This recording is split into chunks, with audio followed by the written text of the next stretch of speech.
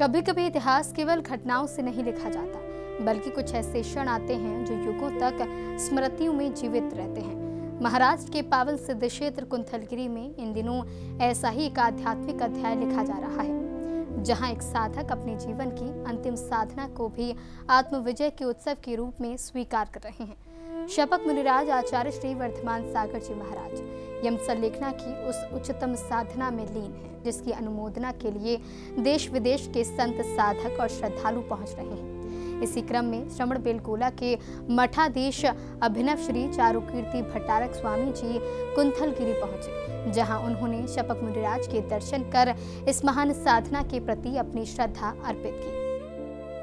श्री सिद्ध क्षेत्र कुंथलगिरी इन दिनों केवल एक तीर्थ नहीं, बल्कि त्याग, तप, संयम और आत्म साधना की ऐसी भूमि बन चुका है, जहां हर क्षण आध्यात्मिक ऊर्जा का अनुभव किया जा रहा है। 23 जून से शपक मुनिराज आचार्य श्री वर्धमान सागर जी महाराज यम संलेखना की साधना में निरंतर लीन है। जैन दर्शन में संलेखना को केवल शरीर त्याग की प्रक्रिया नहीं, बल्कि जीवन के अंतिम क्षणों में भी समता, वैराग्य और आत्म जागरण की साधना माना गया है। यहाँ साधक धीरे धीरे बाहरी आसक्तियों से ऊपर उठकर अपने भीतर की चेतना से जुड़ता है।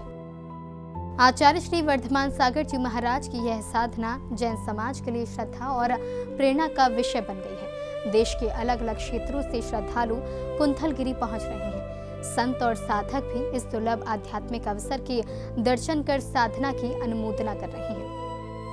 शांत वातावरण, संतों का सानिध्य और साधना में लीन मुनिराज का तेज, यह दृश्य अपने आप में एक दुर्लभ अनुभव था।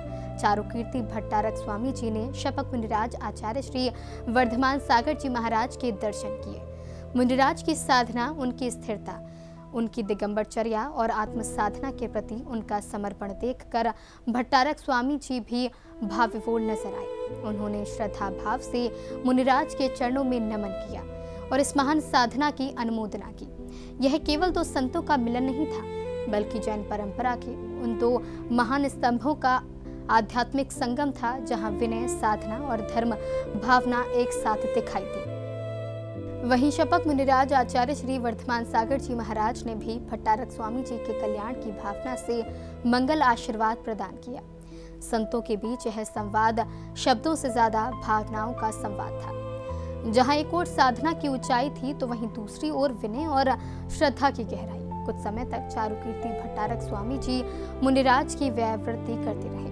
यह क्षण उपस्थित श्रद्धालुओं के लिए अत्यंत भावपूर्ण था। एक संत दूसरे संत की सेवा में समर्पित होकर जैन धर्म के मूल सिद्धांतों, विनय, सेवा और आत्म कल्याण का जीवंत उदाहरण प्रस्तुत कर रहे थे। कुंथलगिरी की यह धरा आज एक ऐसी साधना की साक्षी बन रही है, जहां शरीर से आगे बढ़कर आत्मा की यात्रा को महत्व दिया जा रहा है, जहां मौन भी संदेश दे रहा है और साधना भी समाज को प्रेरणा दे रही है। यम संलेखना की यह साधना आने वाली पीढ़ियों के लिए त्याग और संयम का एक प्रेरक अध्याय बनेगी।